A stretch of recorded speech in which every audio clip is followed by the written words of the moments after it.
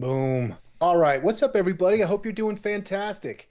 Now, I got a redaction from last week's newsletter that I am very, very embarrassed about, Tom. I made a massive mistake. Oh man, And, what was it? well, fortunately, I was called out by my boy over at CityCast Denver.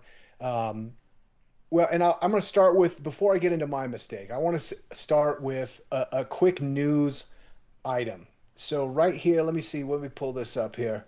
It's AI in court. Okay, a Denver judge fined two of Mike Lindell's lawyers 3 grand apiece after they filed an AI written motion riddled with at least 30 fake case study citations and errors in Lindell's defamation trial. Now I don't know who Mike Lindell is, Hmm. but this is just the beginning of, the LLMs straight up lying. I lost my camera, but I'm going to replace it here while I'm talking. Um, LLMs lying and people just taking it at face value. And okay, this is My Pillow CEOs. Man, this guy, this guy, whatever kind of like jabroni attorneys this guy's got, they they got they got a fine. And you know what? That's not like that's a little slap on the wrist, $3,000. But man, we're gonna see a lot of this. Now, this is what happened to me. Okay, I was looking for salacious, scandalous Denver stories to share with the Hmm. newsletter because that's kind of fun stuff, you know? And I found this story that was about former mayor Federico Pena having a secret room in DIA when it was under construction called a party room, and he would host parties in there. And I was like, oh, sweet. And I was like, I was working with the LLM and I was like, nope, send me a citation, no lying, no fake stories. And it sends me a citation from like 2003 from Denver westward. And I was like, Hmm. sweet. Okay. I went to the link. I just kind of browsed through it. I was like, it's good. Yeah. Dude, it was not good. It was not, it was total freaking AI slop, just a complete fabrication of a story. Oh no. And so I put that out there on the newsletter. People, I am so sorry. Mayor Federico Pena, I am so sorry. I was disseminating false information.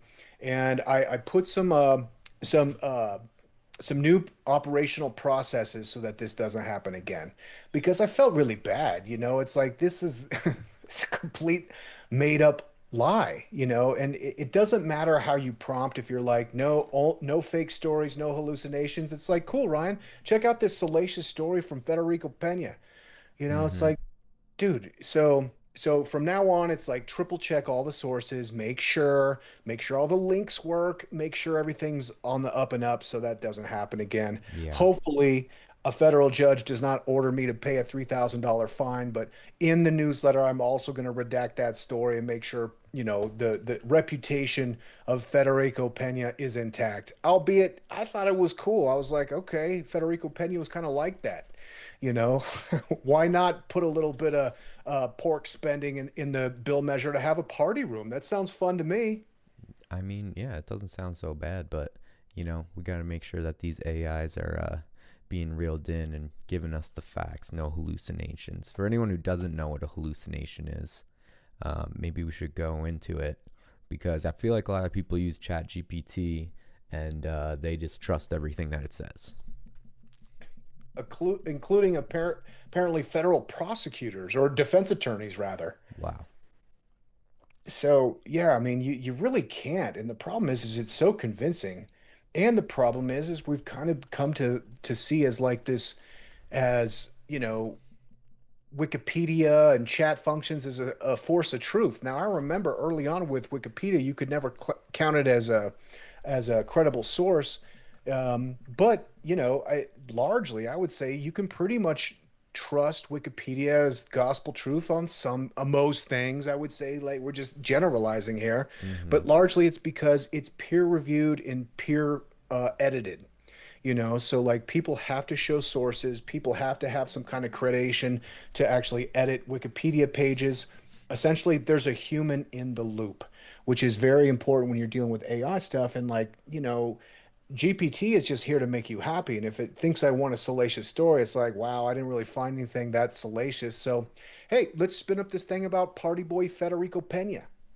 Mm-hmm. You So know, for people who don't know, here's the definition of an AI hallucination as described by Google's Search AI. AI hallucination refers to the phenomenon where large language models generate outputs that are incorrect, nonsensical, or factually inaccurate despite appearing confident and coherent. They can range from minor errors to fabricated information presented as fact. The issue arises because LLMs are trained to predict the most likely sequence of words, and sometimes they generate outputs that are statistically plausible but not grounded in reality. So, oh, these AIs are just trained on what words typically come in should come next in any given type of response. And if a lot of people are out there, typing to it thinking that something is true, it's using that data to train itself, and also data that it has been trained on. If there are certain sequences of words that it may believe to be true or correct, then it's going to spit those back out as true or correct, even if they are not. yeah, totally, man.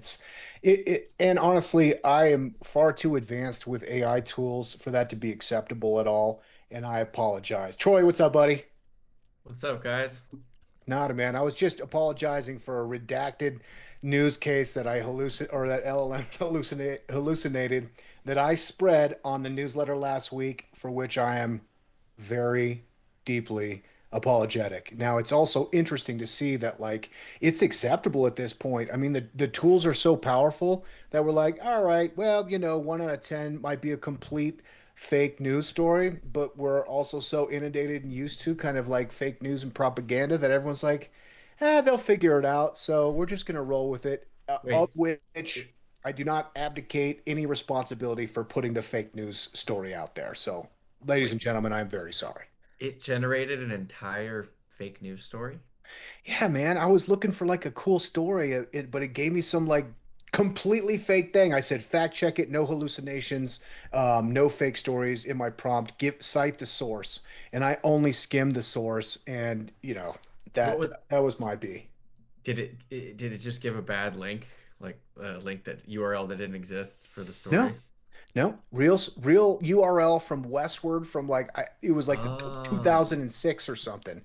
So I was like, wow, this is a real deep cut. Right on. It really searched out, but it just gave me something to placate me. It's like, oh, this will be good enough for him.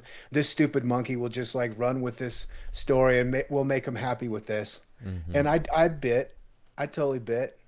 That is so funny. I had a problem with that. I was working on my girlfriend's dad's website. He's a contractor, via Lovable, and everywhere on the website the phone number was correct, except one area, which was one of the biggest. It was like the big call now prompt button, and for whatever reason, that number it just generated a fake number, and I don't have his phone number memorized, so I didn't catch that. Um, Yeah. but it was someone's real phone number, and this person was getting calls. Oh no. Yeah. And that person found him and emailed him saying, "Can you please take my phone number off your website?" It was a completely different number, not even the same at all. It just Yeah, made it up. So you got to be careful. Wow. totally. The vibe coding thing is so fun because it looks so good at first glance, and so you keep it moving. The problem is that every time you do another prompt, it rewrites absolutely everything. So you're like, oh, I checked all the buttons, it's good. Then you like made 4 edits, but you might have gone back for some reason and changed some other thing. It's like every time you publish, you have to re-double check every single thing. Otherwise, you get caught with this. Now, the other thing with vibe coding is it makes you lazy because it looks so good at first. You're just like, cool, let's keep it moving. It knows what I want. We're good to go.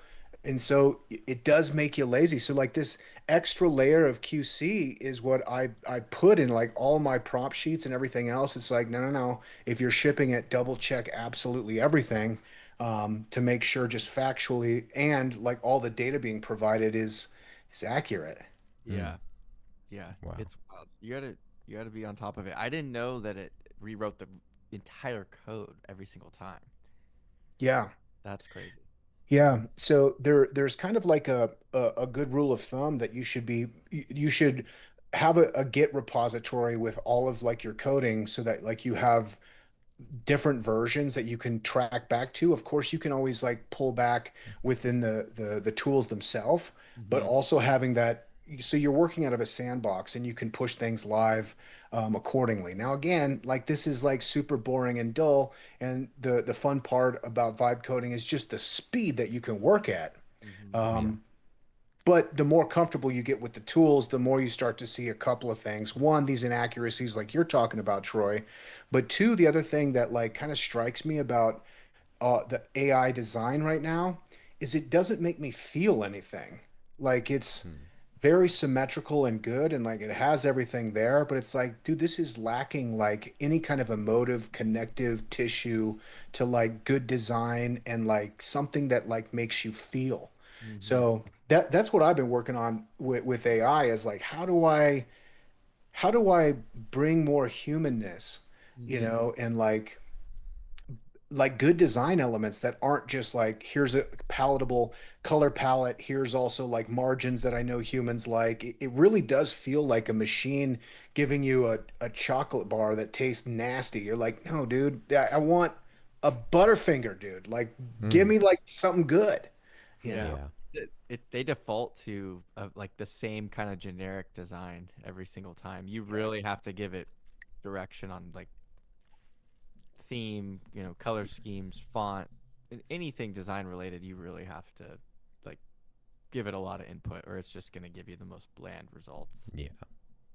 Dude, this is a good transition actually to what I wanted to talk to you guys about today, which is the rebrand and relaunch of What's Good Denver podcast into the Real Good Denver podcast and newsletter.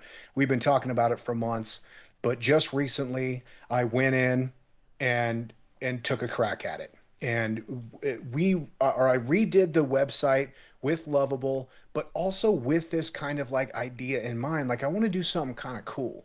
You know, how far can I stretch the UI, but also be like super clean?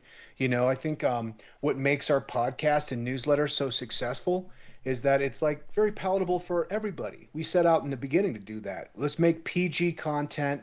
Let's make it fun, but let's make it very approachable for everybody. We don't want to be Hmm. divisive. We don't want to be too controversial that we can't relate to everybody because that's how we are in general. So, ladies and gentlemen, realgooddenver.com has got a rebrand, and I would love to hear you guys' take on it. Yeah, I love it. Did you add the floating clouds through a prompt? I did. And I found the PNGs and put them in there. I love it. And oh, it's already Wow. shipped. Awesome. Realgooddenver.com. This is a facelift over the previous version for sure. We got. Yeah. I love how Ball Arena is Pepsi Center. Yeah, exactly. We've It's still a got little the late in the game. we've still got the Pepsi logo on Ball Arena. We have a little Red Rocks. We got a Capitol building. I believe we have a courthouse, or that may be Mint.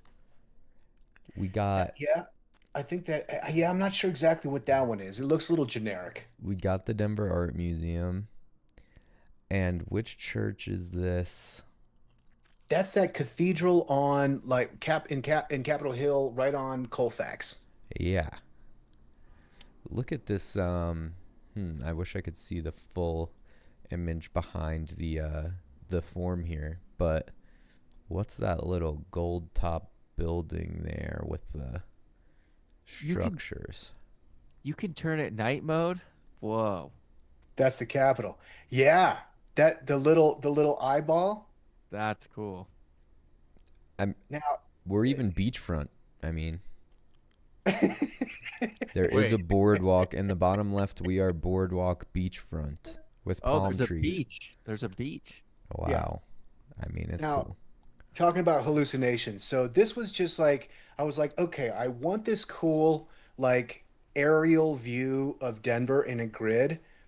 I thought about the night thing, so I started working on like different design elements within GPT, and it was spitting out this, which was like, oh, it's cute. Obviously, like there's a beach, and some of the buildings aren't completely accurate, but it's something I think I can build on. Plus, what really frustrated me too was when you go to night mode or you like go to sleep with the eyeball, it like completely changed the structures and like it adds like in Mile High Stadium and like the church turns it like regresses 100 years kind of with the structures. Yeah, we got a gondola. You got the ski lifts that are look in out of service, like they're not connected to anything. Yeah, I know. I was just an trying to get the endless circle. gondolas in there. Hmm. The daytime one is legit. It's got all like your classic Denver, notable structures, buildings. The beachfront's a little confusing, but that's all right. Yeah. Only a couple buildings that I actually don't know what they are. I like it. Cool. So are Thanks, we guys. so are we changing we're changing the name, Real Good Denver. Yeah. So socials revamped. Yeah, the socials and everything. I want to see like how big of a lift that is. Is that like super annoying? I'm not sure. I think it's just if If the the names are available. yeah, if the names are available. I can Yeah. check. I can check. And then the RSS needs change. Yeah, we'll change the title. We'll Mhm. change everything to real good. This is probably going to take a couple weeks to get this together. And one question I had for you guys too is like I kind of mocked up like if you go to like the podcast page, Mhm. you can see kind of like just a draft of like the podcast artwork I was thinking. Mhm. Hmm. So it kind of holds this like little Monopoly board look for Mhm. the design, which I think was cool. But also that really is a draft. Like I want to be able to go back in, take the same idea, but like get something a little more accurate Mhm. as the generation improves. Yeah. Hmm. Yeah, definitely. Yeah, I like the new direction a lot. I think it might be time to switch up the theme song too, because the theme song says "What's good, Denver" in the beginning. Yeah, Oh, we're gonna have to make a new beat for that, I think, Troy. Yeah, it's time. Anyways, I mean, we're approaching our 100th episode coming up here in about a month, so that might be a good target date to launch the new rebrand. Oh yeah, absolutely. I think we're gonna be 95 or 96 this week, so that's Mhm. plenty of time to get a new beat out there. Yeah, yeah. This is the 95th, I believe. So 5 weeks from now, that's the 100th episode. That's a milestone. It's a big, it's amazing. it's a big Yeah. number. It's amazing, and I feel like it's really taking shape. The podcast is great. The social presence, what we're doing is great. The newsletter is doing really, really well and growing really quickly. Like we're really kind of creating a model. The new thing with the website I want to do too are these best of Denver lists that we kind of flirted with a little bit. So we did like best hot cocoa, we did best brisket, we did I think best favorite tacos, cheeseburgers.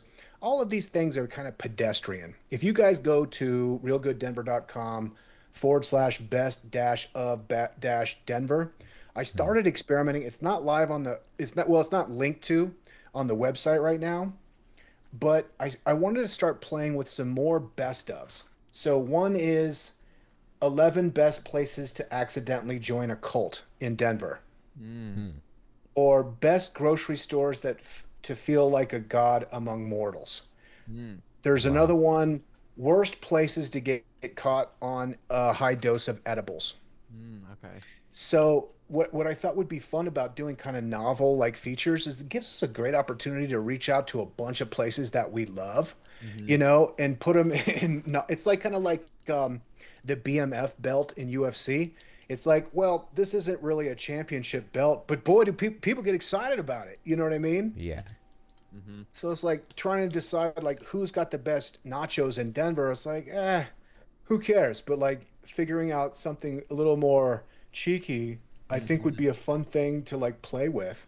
Yeah, totally. I agree. Definitely. Yeah, Yeah, I like those.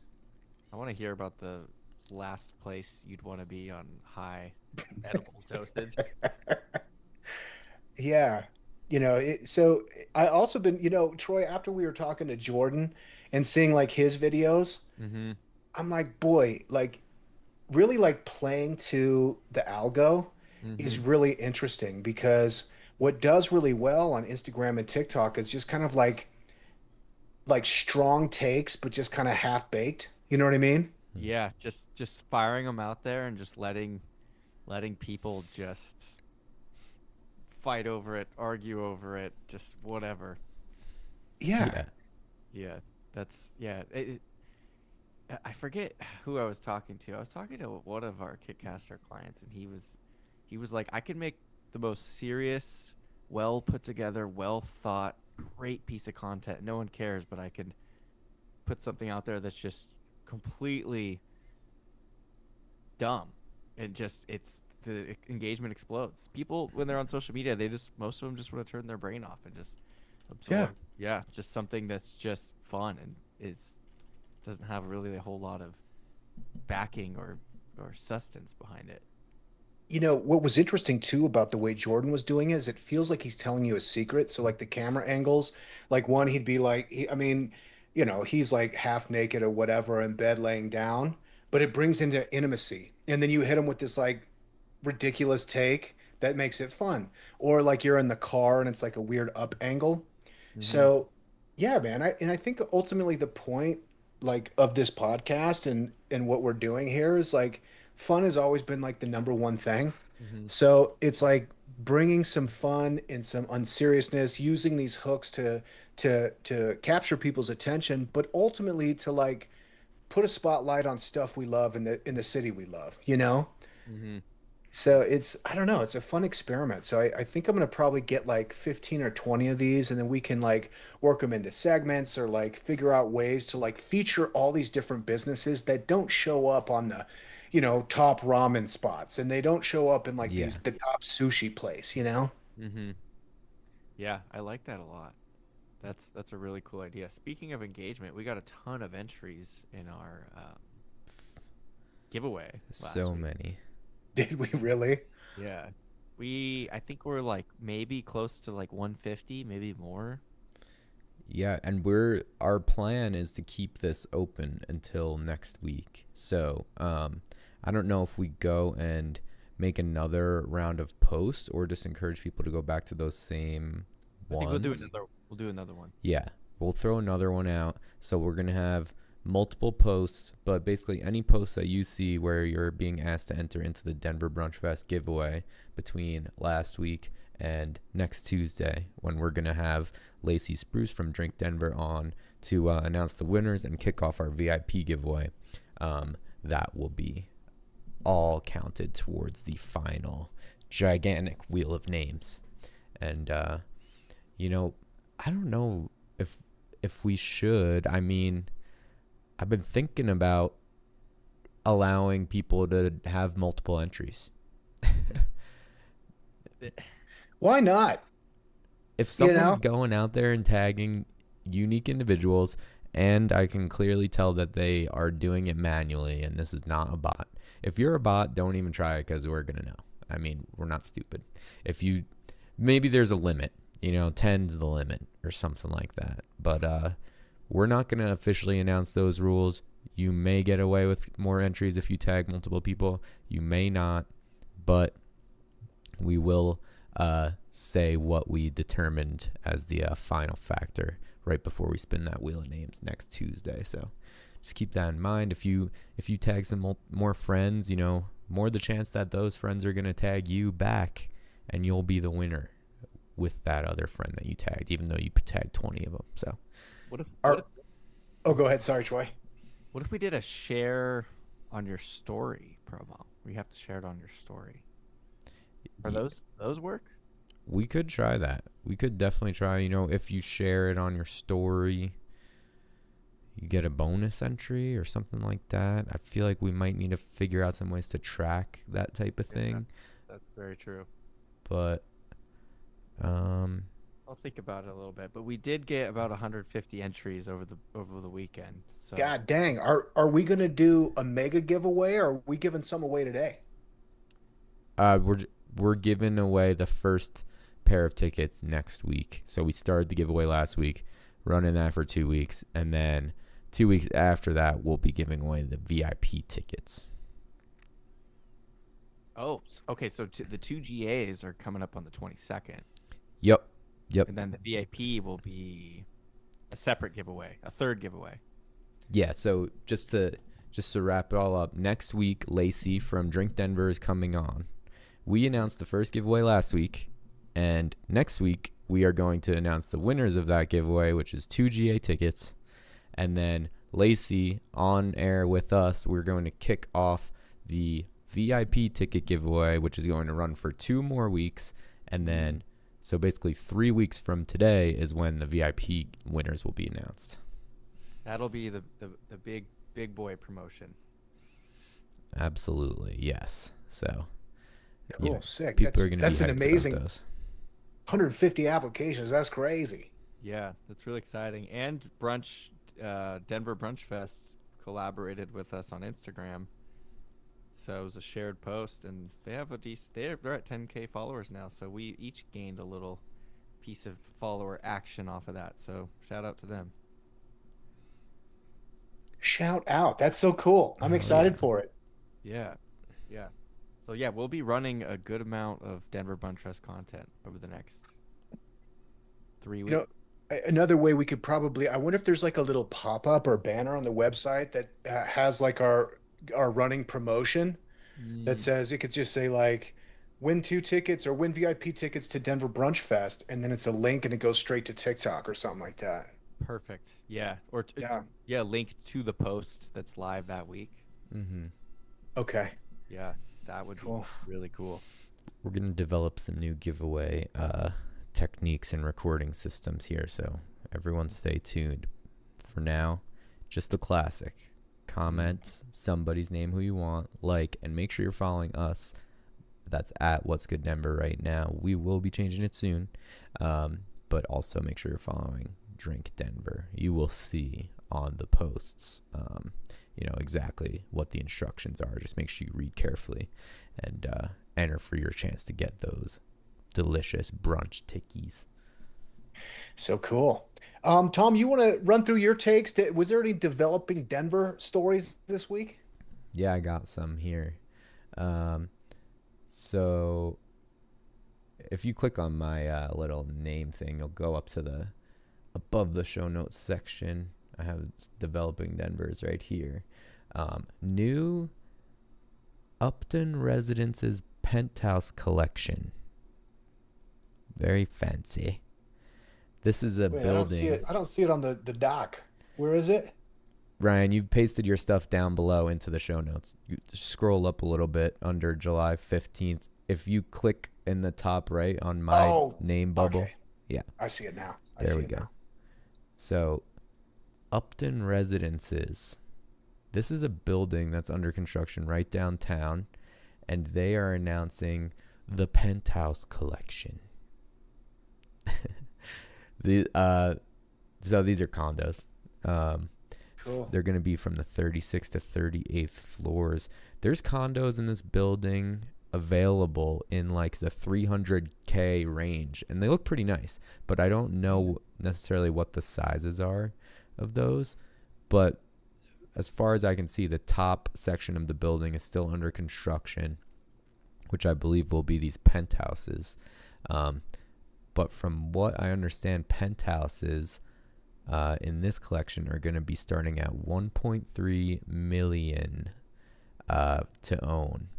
Um, so if you go to this site, you can kind of see what the general aesthetic plan is going to be for these, and then you can scroll down to see exactly which building we're talking about here. If you scroll a good way down the page, the Upton Residences, you'll see the building that we're talking about. 1800 Welton Street, which is pretty much right in the center of the built-up section of downtown. So let's browse a little bit. What are you getting for 1.3 million as a condo, a penthouse condo in downtown? These are gorgeous. I tell you what, a couple of things I'm on the fence about. One, that looks like a kind of a big opening on that window. That would make me very nervous. Mm-hmm. And then two, how you guys feel about hardware or cabinets with no hardware?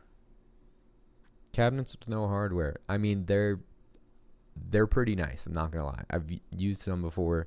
There's different ways that they can be. Whether the hardware is right underneath and it's actually just a Sure. notch that you pull up and the cabinet goes up like this. Those are awesome. But they also may be just like a press in Push. magnet type. But then the cabinets get all smudgy with Yeah, fingerprints. yeah, that's what I'm saying. You get this the greasy fingers on there. Especially if you're cooking and grabbing spices and We're gonna have to contact a representative from this building to walk us through the cabinet infrastructure here. it almost looks AI generated, almost, but it's probably not. It could be. We thought that those mock-ups for the potential Broncos stadium were not AI generated until we looked a little bit closer. A dead giveaway for these type things is like control panels or like buttons on appliances that just don't make sense or aren't real, but it's too hard to tell here. Yeah, yeah. The Penthouse collection. So, I mean, the colorways are complete. It's the exact same picture. It's definitely mocked up in some, if not AI, Mm-hmm. something else. Mm-hmm. yeah.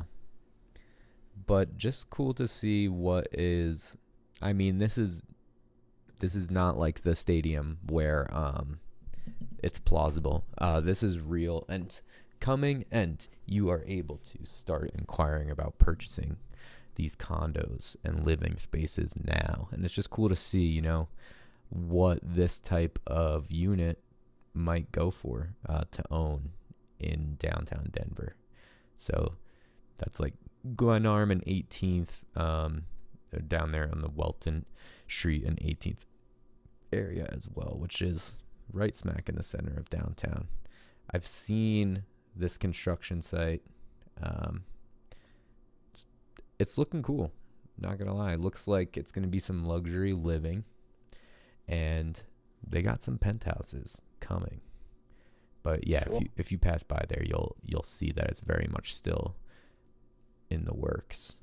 Um, but yeah, condos, not penthouses, starting at 365K, It's and great.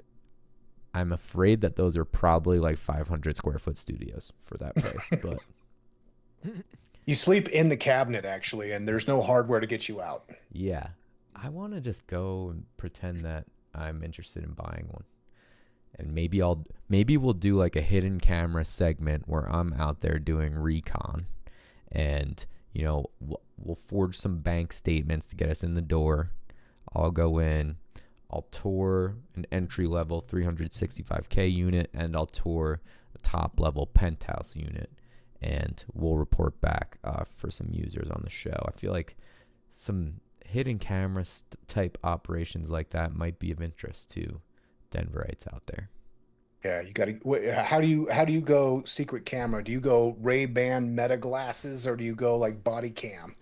I actually do have the OG smart camera glasses, the Snapchat glasses. So Do you really? yeah, Cool. I was one of the lucky people to get two pairs of those from a vending machine in New York City, back when they first launched, and they were very popular for a while. I actually sold a pair of them. I sold one of the pairs to make up for the cost of both of them, so it was a solid Nice. deal for me there.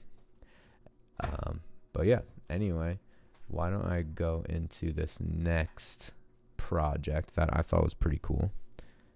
I'm going to just make sure I pull it up on the right tab here so that we can see. This is from Developing Denver Instagram channel. We have the Fox Park development. This is happening down in Globeville, and these are new mock-ups for what they really have planned and what they are doing right now. So shout out to Developing Denver. Once again, if you run this account, we want you on the show. But anyway, this is just like a huge 41 acre redevelopment plan in Globeville. It's already under progress. They're going to have the World Trade Center Denver office complex Cool. within this. Um, Virgin Hotel, several different residential buildings, um, 3,400 residential units, and a ton of office, retail, hotel, cultural space down in the Globeville area, which is on the come up. I mean, people in that general area, if you're in University or like Cherry Creek, you probably know where Globeville is. But if you don't, it's right in that area where you have I-25 and Colorado Boulevard.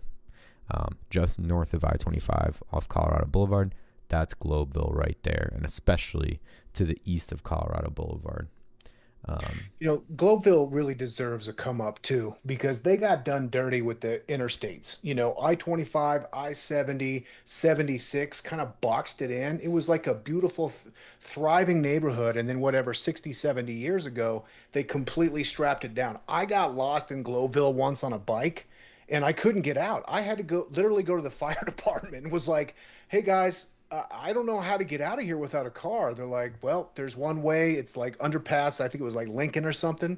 So like the residents of that, they deserve like a little bit of development love coming their way because they've been deprived for a long time.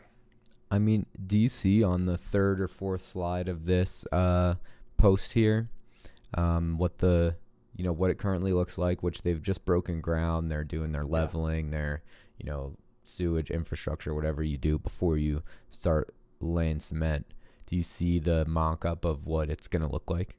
Looks incredible. Yeah, it looks like a friggin' like Apple campus in, San Bernardino, California. I mean, the World Yeah. Trade Center coming to Denver.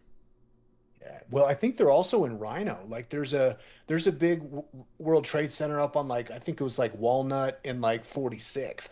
So they're developing this whole campus and look at how they're building it too. It looks like, they have all these communal spaces on the first three floors, big giant open layouts, and then you have like all the like living quarters up top. It looks unbelievably cool.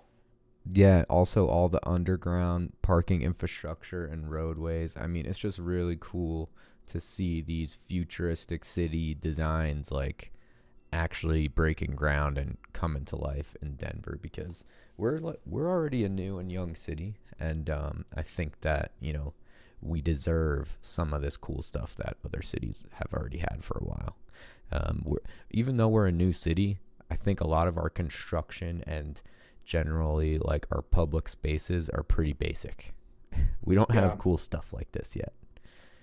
Yeah. If you've ever been to Chicago, downtown Chicago, you know, Miami. yeah, all of those places, New York, like the infrastructure and building is just like on a completely different level than you would see here. So Yeah. this is a step in the right direction, without a doubt. Cool.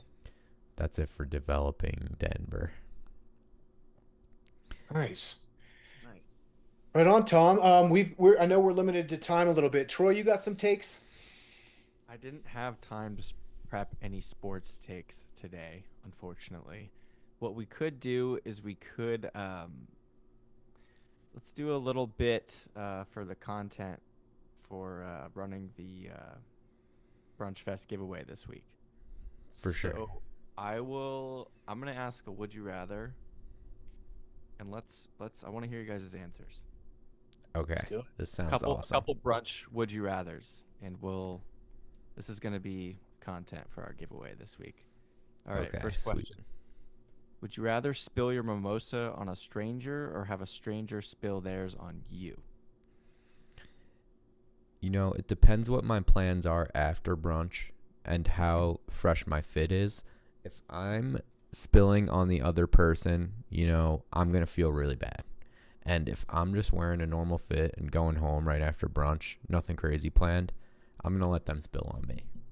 But if I got dope plans after brunch, we got a whole day planned out. It's a Sunday, summer afternoon, and we're all dressed to impress, looking fresh. I'm spilling on the stranger. Okay, I like that. That's a bulletproof response. 100% agree and concur. I Yeah. would most definitely rather them spill on me because I'm very slow to get upset and I've been in that situation before.